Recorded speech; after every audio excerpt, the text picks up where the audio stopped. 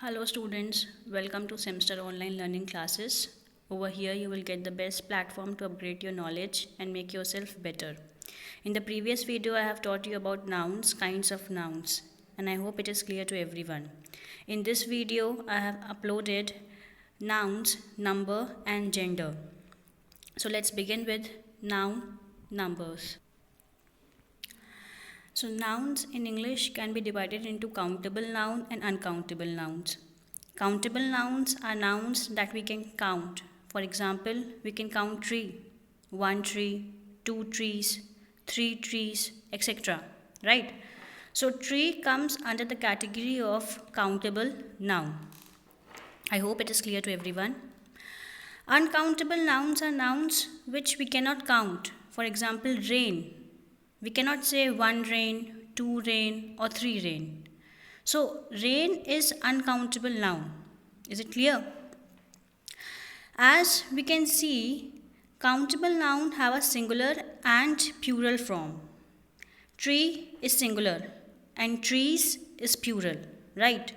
But uncountable nouns have only one singular form and no plural form. Again, I am repeating, uncountable nouns have only one singular form and no plural form. We cannot say rains. Rains is wrong. We cannot say rains. Okay. With countable noun, we can use a, an, or a number. We can say a pen or 10 pens. We can count pens. So it is a countable noun. With uncountable noun, we cannot use a, an, or a number. For example, we cannot say a rice, two rice. No, it is not possible. It is just rice. Countable noun can use a singular verb or plural verb. For example, the book is old. The books are old. Book is a singular noun, so we are using singular verb. Books is a plural noun, so we are using a plural verb. I hope it is clear to everyone. With uncountable noun, we always use singular verb. For example, sugar is sweet. Sugar is uncountable, so we have to use a singular verb, is. Another example, the weather here is great. Weather over here is again uncountable noun. So we have to use singular verb, that is. I hope this is clear to everyone, right? Now in this slide what you have to understand is abstract ideas are uncountable nouns. Because as we have studied, abstract ideas have no physical existence. They refer to ideas, emotions and concepts that you cannot see or touch, right? For example, love. Love is uncountable noun. You cannot touch it. You cannot hear love. Love is uncountable noun. You cannot count it. You cannot say 2 love or 5 love. No, that is wrong. Some examples are love, freedom, education, luck, help, beauty, music. In the example given below, money can't buy love. So love over here is uncountable noun. We like to experience happiness. Again, happiness, uncountable noun. This education is priceless. Education over here is uncountable noun. Next, come to slide 4. Over here you will know about liquid and gases. Liquid and gases are generally uncountable nouns. For example, milk. You cannot count milk. You cannot count milk. Why? Because it is uncountable noun. You can count the container in which it is kept. For example, 2 bottles of milk. Here you are counting the container of the milk.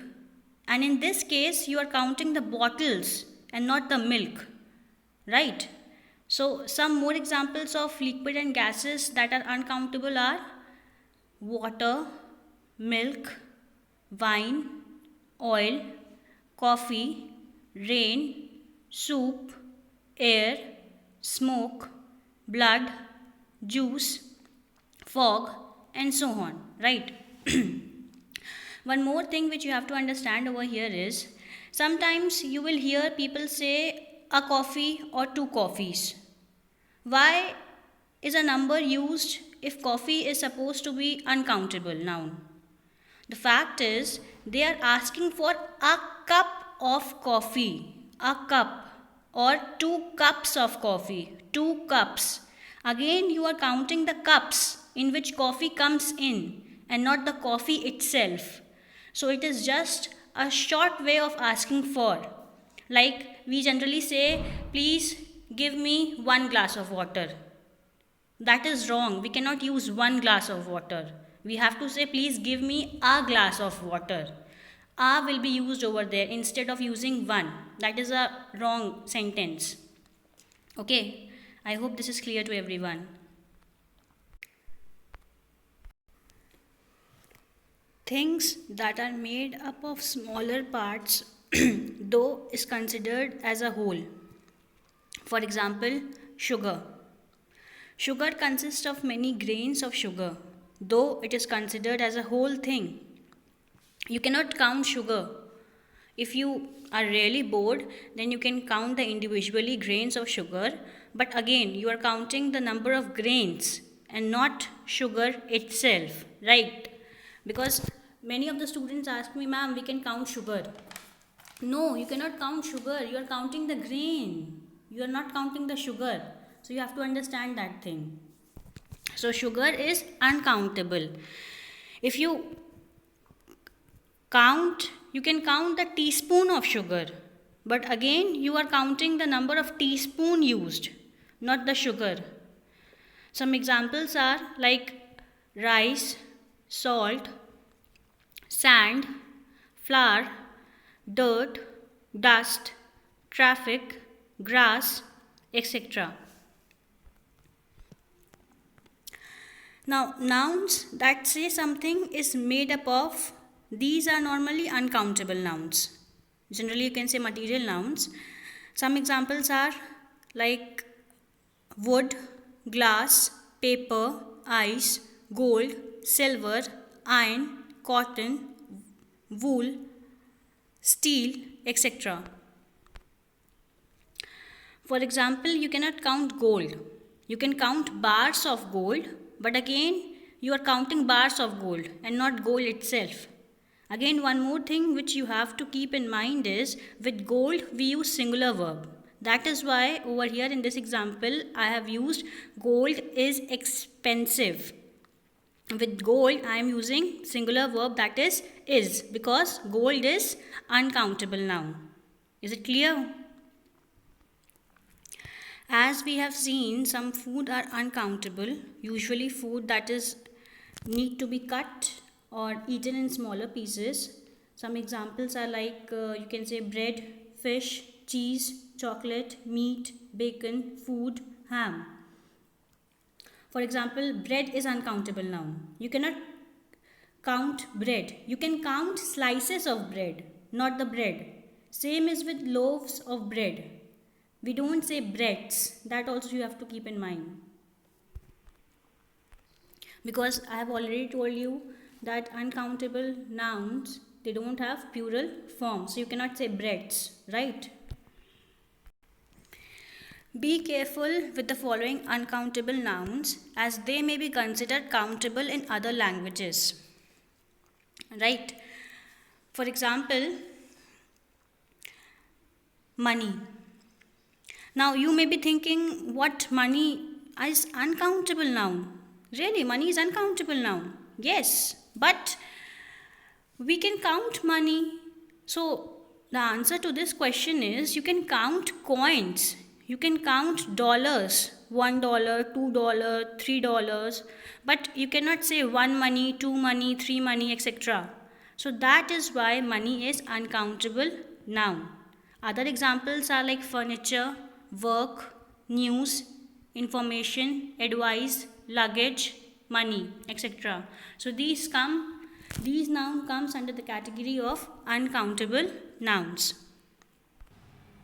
Just for your knowledge, I'm taking few sentences where we are means uncertain that whether this noun is considered as countable noun or uncountable noun. So listen to these sentences very carefully, right?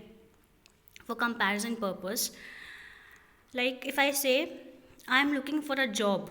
So job over here is what? Countable noun. But if I'm saying I'm looking for work. So work over here will be uncountable noun. If I'm saying what a beautiful view. So view over here is countable. So view over here is a countable noun. But if I'm saying what beautiful scenery. So scenery over here is uncountable. It's a nice day today. Day again over here is countable. You can count na Monday, Tuesday, Wednesday. But if I'm saying it's nice weather today. Weather over here is uncountable noun. We had a lot of bags and suitcases. So bags and suitcases you can count. So it comes under the category of countable noun. But if I'm saying we had a lot of luggage. So luggage is uncountable noun. These chairs are mine. Again chairs over here is countable noun. This furniture is mine. Furniture. So furniture over here is uncountable noun. It was a good suggestion. Suggestion, countable noun. It was good advice. Advice, again, uncountable noun. So you have to keep these sentences in mind when you are solving countable and uncountable noun. I hope I am clear to everyone. Now in this slide, what you have to understand is that which quantifiers are used with countable nouns and uncountable nouns. Like with countable nouns, you use few, a few, not, many. And with uncountable nouns, you use little, a little, not, much. And I have made one note over there. No, none, a lot of, most, all is used with both countable and uncountable noun. Now the question arises, how to use much and many? As I told you, much is used with uncountable nouns and many is used with uncountable nouns, right? And both these words means a lot of or lots of, or you can say a large quantity of something, right? So much and many are mainly used in negative sentences and questions. Much is used with uncountable nouns, I have told you already. Many is used with plural countable nouns. Again, I am repeating, with plural countable nouns. Remember this and keep this in mind. Like for example, if I am saying I don't have much time. So over here with time you are using much. He doesn't need much money. With again money you are using much. Does it use much electricity? Again you are using much with uncountable noun, that is electricity. In case of many, there aren't many chairs in the room. Many chairs, you can count chairs, right? So that is why you are using many. That is with plural countable noun, chairs and not chair. I don't have many friends. Many friends, you can count friends, right? Do you think many people will go? Many people. Again, many is used with plural countable noun. And as I already told you, a lot of is used with both countable nouns and uncountable nouns, right? So with affirmative sentences, we prefer a lot of instead of much or many. Like for example,